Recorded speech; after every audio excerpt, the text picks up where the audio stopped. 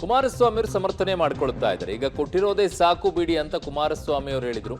So ಕುಮಾರಸ್ವಾಮಿಗೆ ನೀನೊಬ್ಬ ನಾಡದ್ರೋಹಿ ಅಂತ ಡಿ.ಕೆ. ಶಿವಕುಮಾರ್ ಅವರು ನಿಂದಿಸಿದ್ದಾರೆ. ಕೇಂದ್ರದಿಂದ ಬರ ಪರಿಹಾರಕ್ಕೆ ಕುಮಾರಸ್ವಾಮಿ ಅವರು ಸಮರ್ಥನೆಯನ್ನ ಮಾಡಿಕೊಂಡಿರುವಂತಹ ವಿಚಾರಕ್ಕೆ ಕೊಟ್ಟಿರೋದೇ ಸಾಕು ಬಿಡಿ ಅಂತ ಕುಮಾರಸ್ವಾಮಿ ಅವರು ಹೇಳಿದ್ರು. ಸಾಕು ಬಿಡಿ ಅಂತ ಕುಮಾರಸ್ವಾಮಿ ಹೇಳಿದಂಗಿಲ್ಲ. ಕುಮಾರಸ್ವಾಮಿ ನೀನೊಬ್ಬ ನಾಡದ್ರೋಹಿ ಅಂತ ಡಿ.ಕೆ. ಶಿವಕುಮಾರ್ ಅವರು ನಿಂದಿಸಿದ್ದಾರೆ. ಏನವರು ಮನೆ ಆಸ್ತಿನ ಕೇಳ್ತಾ ಇದ್ದೀವಿ ಅಂತ ಡಿ.ಕೆ. ಶಿವಕುಮಾರ್ ಅವರು. ನಾವು ಕೇಳ್ತಾ ಇರೋದು ಬರ ಪರಿಹಾರದ ಹಣ ಅಂತ ಡಿ.ಕೆ. ಶಿವಕುಮಾರ್ ಅವರು ಕುಮಾರಸ್ವಾಮಿ ಅವರ ಹೇಳಿಕೆಗೆ ಟಾಂಗ್ ಕೊಟ್ಟಿದ್ದಾರೆ. ಭದ್ರಾ ಮೇಲ್ದಂಡೆ ಯೋಜನೆಗೆ 5,300 ಕೋಟಿ ಬಜೆಟ್ನಲ್ಲಿ ಪಾಸ್ ಮಾಡಿದ್ದಾರೆ. ಆ ಹಣವೂ ಕೂಡ ಬಂದಿಲ್ಲ ಅಂತ ಆರೋಪ ಮಾಡಿದ್ದಾರೆ. ಬಟ್ ಆ ಪ್ರಾಜೆಕ್ಟಿಗೆ ಕೇಂದ್ರ ಮತ್ತು ರಾಜ್ಯದ ಎರಡೂ ಹಣಗಳು ಕೂಡ ಬಿಡುಗಡೆ ಆಗಬೇಕು. ಅದು ಶೇರಿಂಗ್ ಇರುತ್ತೆ.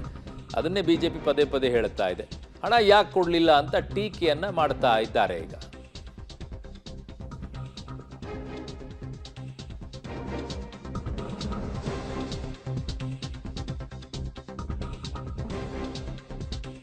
ಕುಮಾರಸ್ವಾಮಿಗೆ ನೀನೊಬ್ಬ ನಾಡದ್ರೋಹಿ ಅಂತ ಡಿ.ಕೆ. ಶಿವಕುಮಾರ್ ಅವರು ಟೀಕಿಸಿದ್ದಾರೆ, ನಿಂದಿಸಿದ್ದಾರೆ.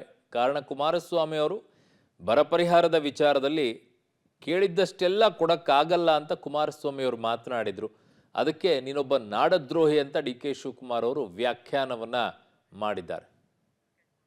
ನನ್ನ ಸಹೋದ್ಯೋಗಿ ಸುಖೇಶ್ ಈಗ ಪೊಲಿಟಿಕಲ್ ಬ್ಯೂರೋದಿಂದ ಸಂಪರ್ಕಕ್ಕೆ ಸಿಗ್ತಾ ಇದ್ದಾರೆ. ಸುಖೇಶ್, ಕುಮಾರಸ್ವಾಮಿ ಅವರ ಹೇಳಿಕೆಗೆ ಡಿ.ಕೆ. ಶಿವಕುಮಾರ್ ಅವರು ಕೌಂಟರ್ ಅಟ್ಯಾಕ್ ಹೇಗಿತ್ತು ಇವತ್ತು?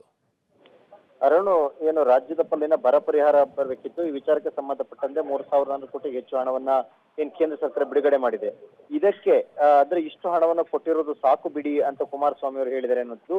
ಹಾಗೆ ಹೇಳ್ತಾರೆ ಅನ್ನೋದಾದ್ರೆ ನಮ್ಗೆ 18,000 ಕೋಟಿ ಬರ್ಬೇಕಾದಲ್ಲಿ ಕೇವಲ 3,000 ಕೋಟಿ ಬಂದಿದೆ ಅಂದ್ರೆ ಕುಮಾರಸ್ವಾಮಿ ಅವರು ಏನೋ ಅವರ ಮನೆ ಆಸ್ತಿನ ಕೇಳ್ತಾ ಇದ್ದೇವೆ ನಾವು ಇವಾಗ ಅನ್ನುವಂತ ಪ್ರಶ್ನೆ ಎತ್ತಿದ್ದಾರೆ. ಜೊತೆಗೆ ಕುಮಾರಸ್ವಾಮಿ ಒಬ್ಬ ನಾಡದ್ರೋಹಿ ಅನ್ನುವಂತ ಮಾತನ್ನ ಡಿ.ಸಿ.ಎಂ ಡಿ.ಕೆ. ಶಿವಕುಮಾರ್ ಹೇಳಿರುವಂತದ್ದು. ಯಾಕಂದ್ರೆ ಇಷ್ಟೆಲ್ಲ ದೊಡ್ಡ ಬರಾದ ಸಂದರ್ಭದಲ್ಲಿ ಒಬ್ಬ ಮಾಜಿ ಮುಖ್ಯಮಂತ್ರಿ ಆಗಿದ್ದಂತವರು ರಾಜ್ಯದ ಪರವಾಗಿ ಮಾತಾಡಬೇಕಿತ್ತು. ಮೈತ್ರಿ ಮಾಡಿಕೊಂಡಿದ್ದ ಒಂದೇ ಕಾರಣಕ್ಕಾಗಿ ಈ ರೀತಿ ಮಾತಾಡುವಂತ ಎಷ್ಟು ಸರಿ?